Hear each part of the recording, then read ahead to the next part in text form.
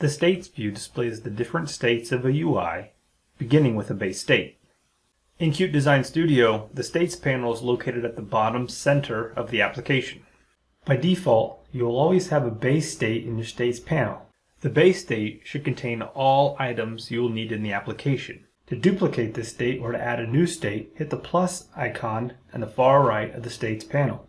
In Properties, deselect the Visibility checkbox, or set the opacity to 0 for each item that is not needed in the view. By setting various alias properties within a component, I can edit the state by adjusting the scale, opacity, and location of the graphics within the Properties panel.